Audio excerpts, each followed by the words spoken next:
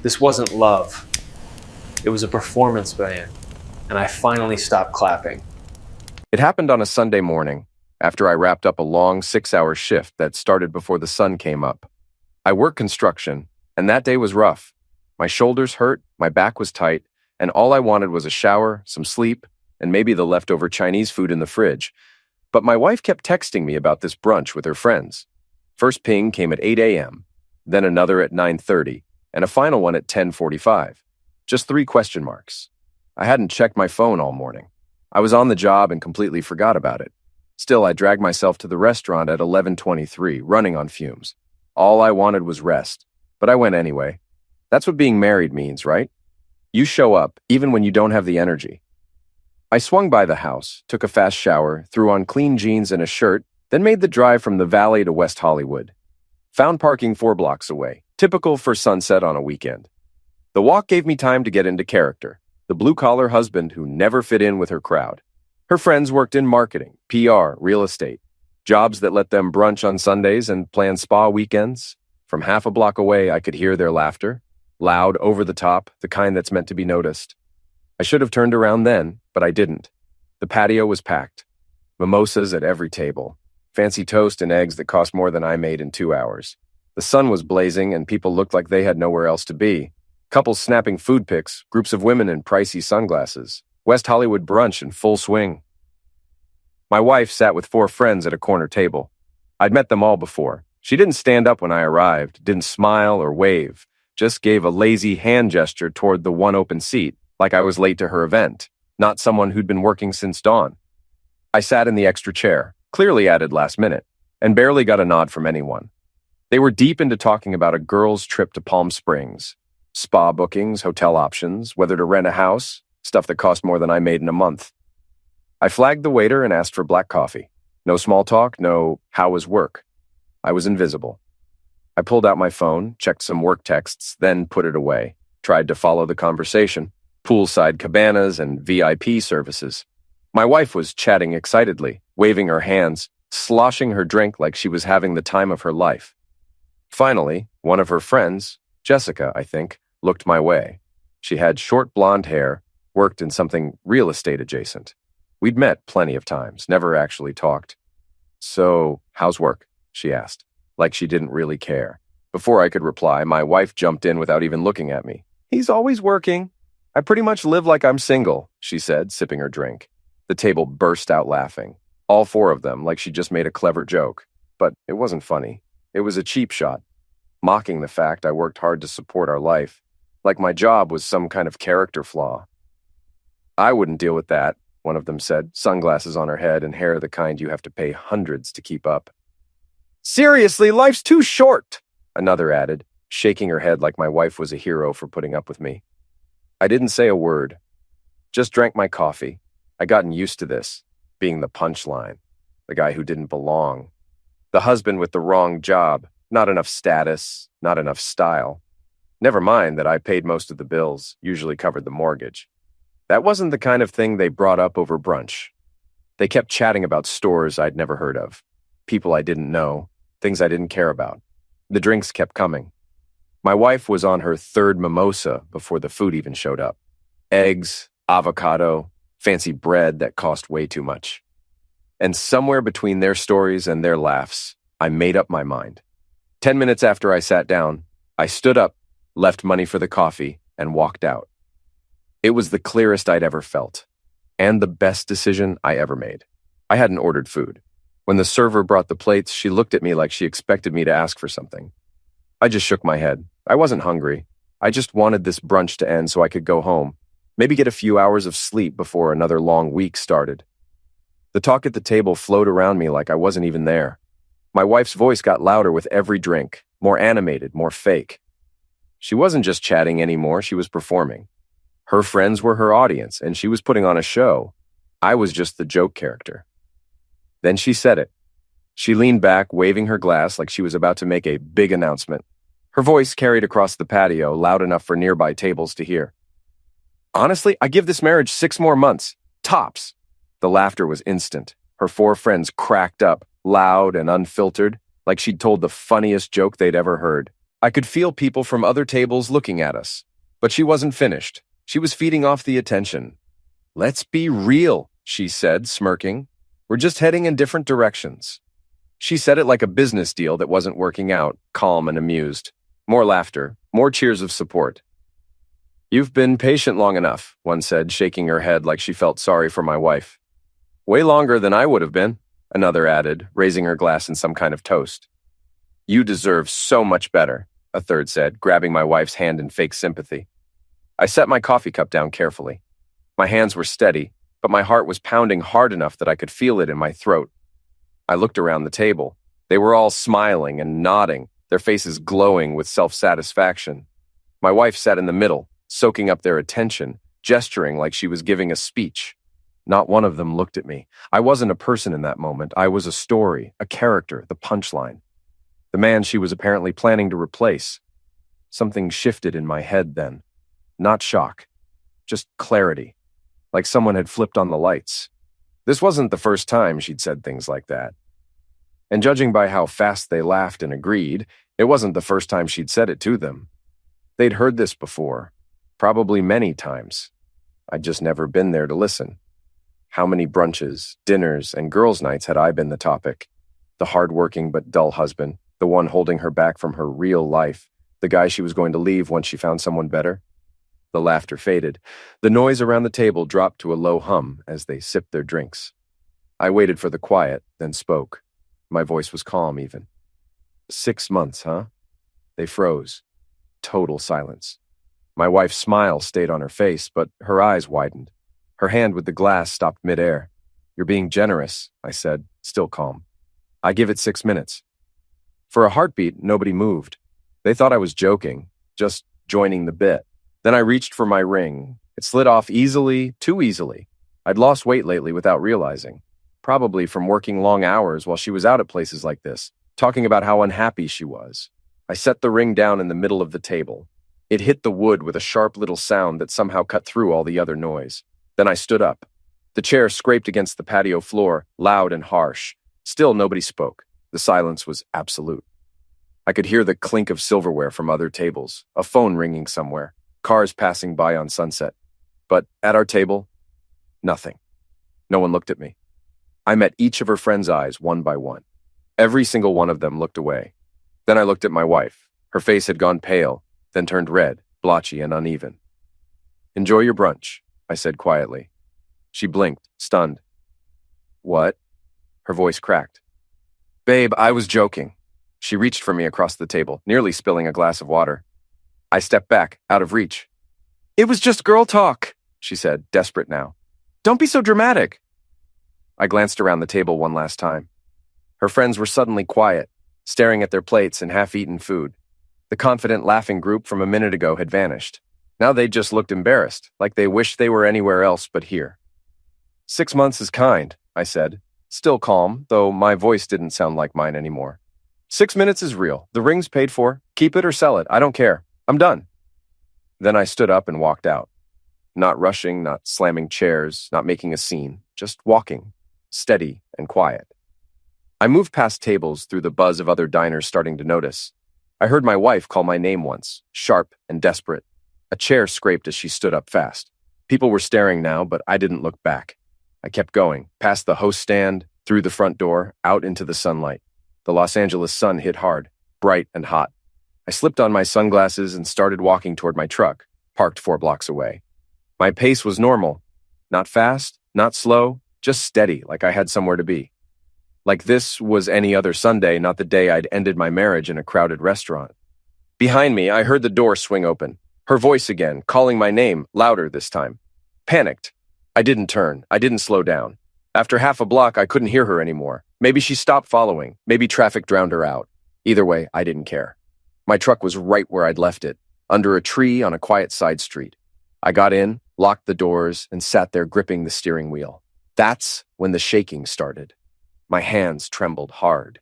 The adrenaline I'd been holding back hit me all at once, heart pounding, chest tight, breath shallow. I forced myself to breathe slow. In through my nose, count to 4. Out through my mouth, count to 4. Something I'd learned years ago in a work stress class. It helped a little. A few minutes passed. My phone started buzzing. Her name lit up the screen. I declined the call and stared at the phone in my hand. I couldn't stay there. She knew my truck, knew roughly where I'd parked. She might come looking. I started the engine and drove. Nowhere specific, just away. Ended up in a Target parking lot a couple miles out. Parked in a far corner, away from everyone. Turned off the truck and sat in silence. The phone wouldn't stop. Buzz after buzz, vibration after vibration. I finally looked. 8 messages. Where did you go? Come back right now. This is ridiculous. You're embarrassing me. Please, can we just talk? Answer me. The texts kept coming, one after another. Then the calls started again. I let the first one ring out, watched her name flash until it went to voicemail. Then another call, then another. I didn't answer any of them. Finally, one new text popped up. Please, can we just talk? I stared at that one for a while. The lowercase please made it look rushed, shaky, like she'd typed it through tears. I could picture her sitting there alone now, friends gone, mascara streaked, face red, left with the check and the silence. I typed one short reply, nothing left to talk about. Then hit send. Almost instantly, the phone rang again. She must have been staring at her screen, waiting. I hesitated. Then, against my better judgment, I answered. Where are you? Her voice was thick with crying. I could hear cars and traffic in the background. She was probably still near the restaurant. You can't be serious. Everyone's looking at me. You just humiliated me. That's not my problem anymore, I said. My voice was flat, cold, almost hollow. You're really throwing our marriage away over one stupid joke? You threw it away, I said quietly. I just made it official. I stopped pretending. Where are you? She asked again, her voice breaking. Please, come back. We can talk. We can fix this. Doesn't matter where I am, I said. I'll come by tomorrow for my things. There was a pause, then a strained, panicked cry. What? No, you can't just... I hung up, stared at the phone in my hand for a moment, at the call duration on the screen.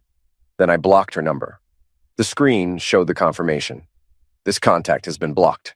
I set the phone down on the passenger seat and leaned my head back against the headrest. Sat there in that Target parking lot for another 10 minutes, just breathing, just existing, trying to process what I'd just done, what had just happened.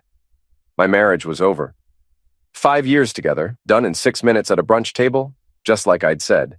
Eventually, I started the truck again and drove, hands still shaking slightly. Not home. I couldn't face that house right now.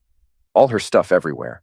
The photos on the walls, the furniture we'd picked out together, the life we'd built that apparently she'd been planning to demolish for months without telling me. I drove to Sherman Oaks instead, to Marcus's apartment across town. Marcus and I had known each other since high school, played on the same basketball team sophomore year, stayed friends after graduation. He was one of those guys who was just solid, dependable, steady. Didn't talk much, but was always there when you needed him, no questions asked. I knocked on his door at around 1 in the afternoon. Heard the TV going inside, crowd noise and announcers. Football, of course, it was Sunday. He opened the door holding a beer, wearing a Rams jersey and sweatpants. Took one look at my face and stepped aside without a word, without asking what was wrong. What happened? He asked once I was inside and the door was closed. Need a couch for a few days? I said. Maybe longer. You got it, man. He gestured to the refrigerator. Grab a beer if you want. I did. We went back to the living room. Marcus muted the TV but left it on, the game playing silently. I crashed on his couch, which was old and comfortable and smelled like pizza and beer and bachelor life. Normal stuff. The apartment was small but clean. 1 bedroom, good enough for one person living alone. We watched the game for a while without talking, without saying anything. Marcus knew when to push and when to just let things be. When someone needed to talk and when they needed silence. This was a let things be situation, and he knew it. Around 6, during a commercial break, he pulled out his phone and ordered pizza from the place down the street. 2 large pizzas, pepperoni and sausage, extra cheese. The pizza came during the 3rd quarter. We ate in comfortable silence, sitting on his couch, watching men in helmets run into each other on the screen. Finally, during halftime, Marcus muted the TV completely and looked at me. Want to talk about it? He asked. I gave him the short version, the basic facts, the brunch with her friends, the joke about 6 months. Her friends all laughing. The ring on the table, walking out, blocking her number. Marcus was quiet for a moment, processing. took a long drink of his beer, set it down deliberately on the coffee table. She said that in public, with witnesses, in the middle of a restaurant full of people? I nodded. And her friends were there. They all heard it. They were all laughing at you. Like it was the funniest thing they'd ever heard, I said. Like I was a comedy routine. Marcus shook his head slowly. Good riddance, man. You did the right thing. Only thing you could do, really. That night, I made the mistake of checking my phone before trying to sleep. 34 missed calls, 52 text messages, all from my wife using her friends' phones after I'd blocked her number. She'd gotten creative, desperate. I could tell which number belonged to which friend based on the tone of the messages, the writing style. Some were angry, accusatory. Some were pleading, desperate. Some tried to sound reasonable and logical, like they were the voice of reason. One was from Jessica. That was harsh and uncalled for. She was just venting to friends. Everyone does that. You're being completely unreasonable. I didn't respond to any of them, just scrolled through slowly, reading each one carefully, feeling more certain with each message that I'd made the right choice. This wasn't love. This wasn't even basic respect. This was someone panicking because their plan had blown up in their face spectacularly. I turned my phone completely off. The screen went black. I lay down on Marcus's couch with a blanket he'd given me and stared at the ceiling in the dark, tried to sleep. It didn't work well. My mind kept replaying the moment, stuck on repeat. Her voice saying, I give this marriage 6 more months tops. The laughter that followed. The way none of them had looked at me, like I wasn't even human. I must have fallen asleep at some point because I woke up to sunlight coming through Marcus's windows and my phone buzzing. I'd turned it back on at some point in the night without really thinking about it. Muscle memory. 6:47 a.m. A text from an unknown number I didn't recognize. This is Rachel from yesterday. Can we talk? It's important. Rachel. I had to think for a second, my brain foggy. Then I remembered the quiet one from brunch. She'd sat at the far end of the table, barely said anything the whole time we were there. Just listened while the others talked and laughed and drank and judged. I hesitated, showed Marcus the text when he emerged from his bedroom, hair sticking up in every direction, wearing boxer shorts and a ratty t-shirt with holes. He read it, shrugged. Might be worth hearing what she has to say. Could be useful information for whatever comes next. I typed back. About what? The response was immediate, like she'd been waiting. Not over text. Coffee, 8 a.m. at Starbucks on Ventura. I agreed. Got cleaned up in Marcus's bathroom, borrowed a clean shirt since I didn't have any of my stuff with me. Drove to the Starbucks and got there 10 minutes early, nervous energy. Ordered a black coffee and sat at a corner table where I could see the door. Rachel showed up right at 8, exactly on time. She looked different than she had at brunch, completely different. Less put together, less polished. Hair pulled back in a simple ponytail, no makeup at all, jeans and a sweatshirt. She looked like she hadn't slept much either, dark circles under her eyes. She sat down across from me without ordering anything, without even looking at the counter, folded her hands on the table, looked me directly in the eye. I couldn't sleep last night, she said. What happened yesterday? You need to know something. Several things, actually. Important things. I waited, took a sip of my coffee. Let her talk. This wasn't the first time she said stuff like that about you, Rachel said. Her voice was quiet but steady, controlled. She's been talking about divorce for months now, since April at least, maybe longer. I don't know exactly when it started. For months? My stomach went cold, dropped. How do you know that? She told us, the whole friend group. She's been consulting with a lawyer, getting advice. She told us all about it, every detail. Rachel's hands were clasped tight together, knuckles white. She said she had a strategy, a plan. Said she wanted you to be the one to end it, to walk out first. Said it would help her case in court if it came to that. I set my coffee down, hands suddenly unsteady. Help her case how? If you left first, if you were the one to walk out, she could claim abandonment in the divorce, make you look like the bad guy, the one who gave up. She had it all planned out, every step. Rachel reached into her purse and pulled out her phone. She's been telling us stuff about you for weeks, months really, that you were controlling, that you were financially withholding, that you were emotionally distant and cold, making you sound terrible, like some kind of villain. But my husband, he knows you. Not well, but he knows people who know you through work connections, mutual friends, that sort of thing. And everything she was describing didn't match up at all with what he'd heard about you from others. So last night, after what happened at brunch, I asked him about it directly. He said you were nothing like what she'd been describing to us. Said you were a good guy, worked hard, reliable, solid. She turned her phone around so I could see the screen clearly. Yesterday, when you left that ring on the table and just walked out without looking back, something clicked for me. That took real courage, real strength. And she didn't expect it at all. She thought you'd just take it, like always. That's what she told us specifically. That you were predictable. That you'd never actually leave no matter what she said or did. I looked at the phone screen. Screenshots of text messages, a group chat I wasn't part of. I recognized my wife's number at the top of some messages and started reading, planning the exit strategy in detail, discussing which lawyer friend to use, talking about asset division, who would get what, laughing about playing the long game, about being patient, making jokes at my expense.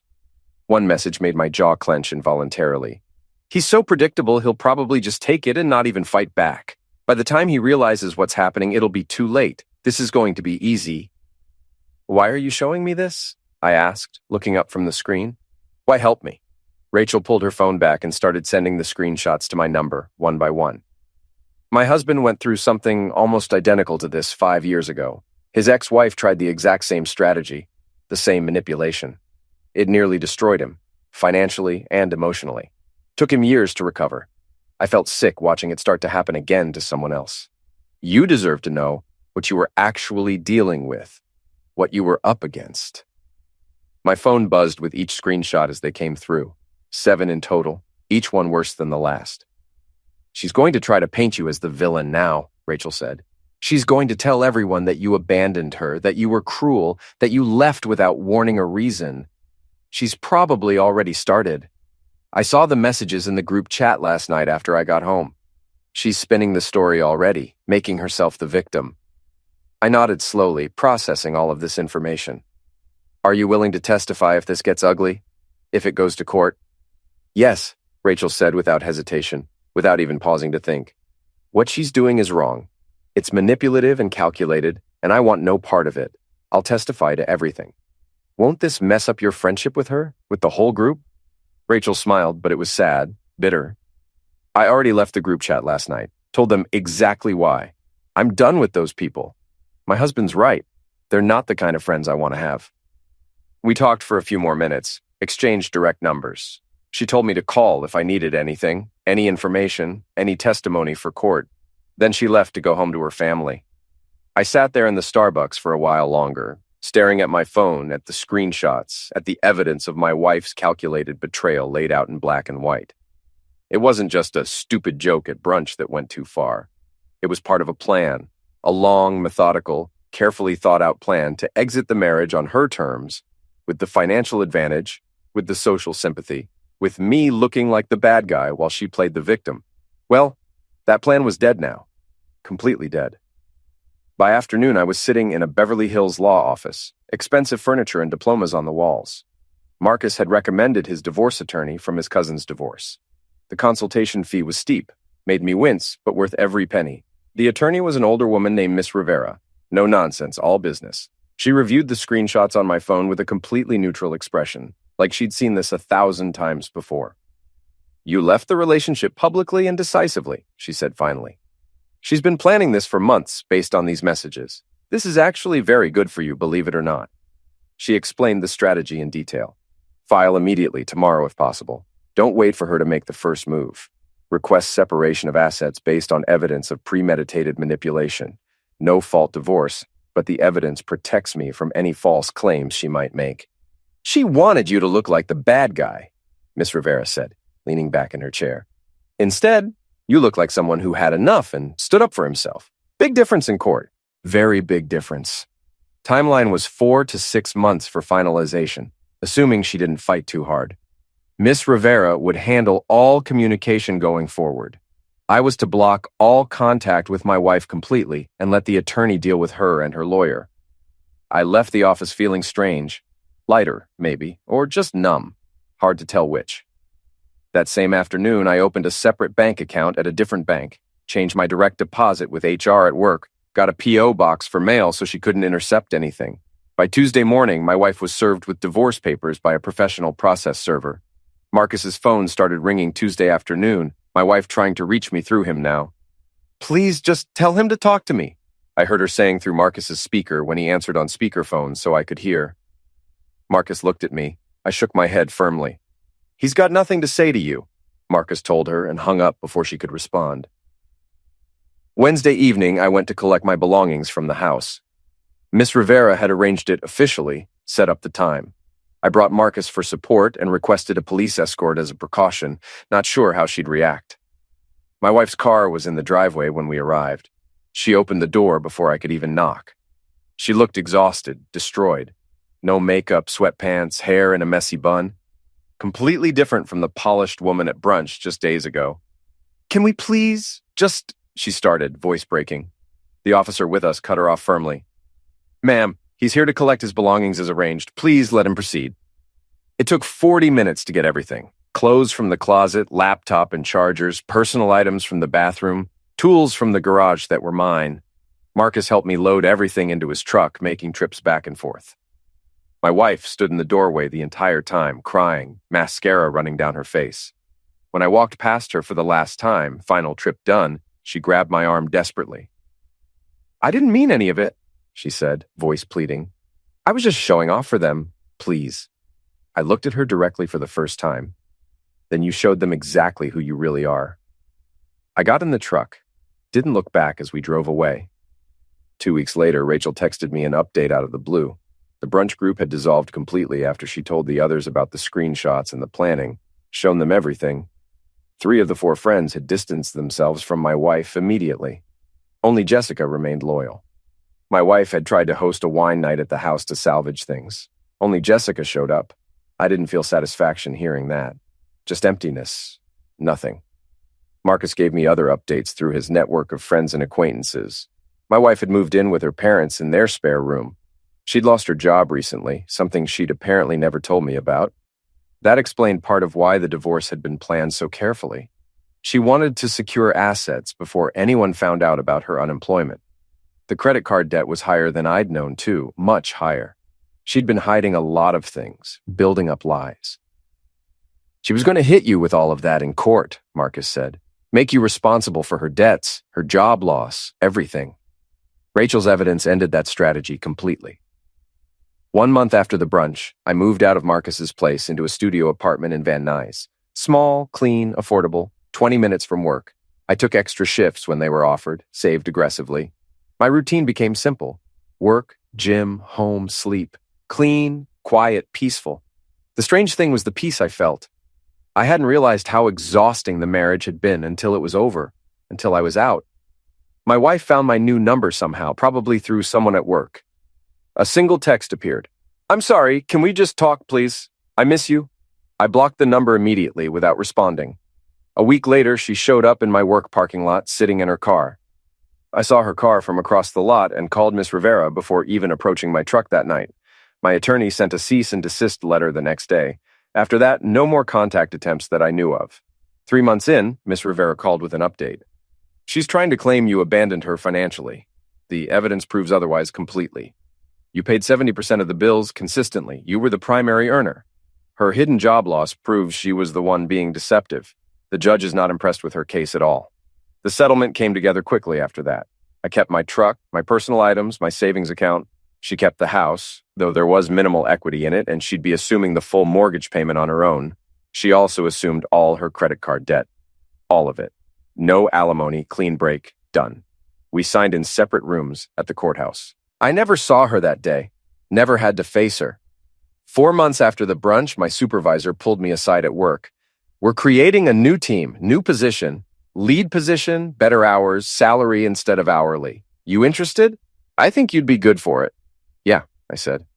Definitely interested. The promotion was official 2 weeks later. First thing I did with the raise was move to a better apartment in Studio City. 1 bedroom, actual bedroom, small patio. First place that felt completely like mine. One Saturday morning, I was shopping at Trader Joe's when I ran into someone from work, Madison. I'd seen her around the distribution center, but we'd never really talked beyond basic hellos. She was in the produce section with a friend, laughing about avocado prices. She recognized me and smiled. Hey, you're in distribution, right? I've seen you around. We talked. Casual, friendly, easy. She was funny, had an easy smile, warm. Didn't ask invasive questions about my personal life. Her friend made an obvious excuse to leave, to give us space. Very obvious setup that we both noticed. Madison looked at me. This is forward, but want to grab coffee after we check out? There's a place next door, right in the same plaza. I was surprised, but said, yeah, sure, that'd be good. I'd like that. We talked for an hour at the coffee shop. About work, about nothing important, about books and movies and music. She didn't ask about my divorce, though she clearly knew. Everyone at work did, apparently. I didn't offer details. The conversation just flowed naturally, easily, comfortable in a way I hadn't felt in years. When we left, she said, "This was really nice. Want to do it again? Maybe dinner next time?" "Definitely," I said, meaning it. Over the next few weeks, we saw each other casually, frequently. Dinners at restaurants, movies, hiking at Runyon Canyon on weekends. Madison was easy to be around, relaxing, no drama, no games, no tests, just honest and straightforward. One night at her apartment, she asked, "You doing okay? Like really okay?" I thought about it, actually considered the question. Getting there, some days better than others, still processing everything. "That's fair and understandable," she said. "Take your time. I'm not going anywhere. No pressure." It felt different from before, from my marriage. Partnership, not performance. Equal, not adversarial. 6 months after the brunch, I ran into Rachel at Target. She was shopping with her kids, 2 young boys running around. She smiled genuinely when she saw me. "Hey, how are you? You look good." We talked briefly. She told me things were good in her life. Her husband had gotten a promotion at his job. The kids were starting a new school year, adjusting well. "I heard things are going well for you too," Rachel said. "New job, new place. I'm really glad. You deserve good things." "Thanks for what you did," I told her seriously. "Really changed everything. Saved me." "Just did what was right," she said. "Besides, she's not someone I want in my life anyway. Neither are those other women." Before we parted, Rachel looked at me carefully. "You look good, like genuinely happy, at peace." I realized it was true. I was. Marcus mentioned one night over beers that he'd heard through the grapevine about my ex-wife, still living with her parents, working retail part-time at some store.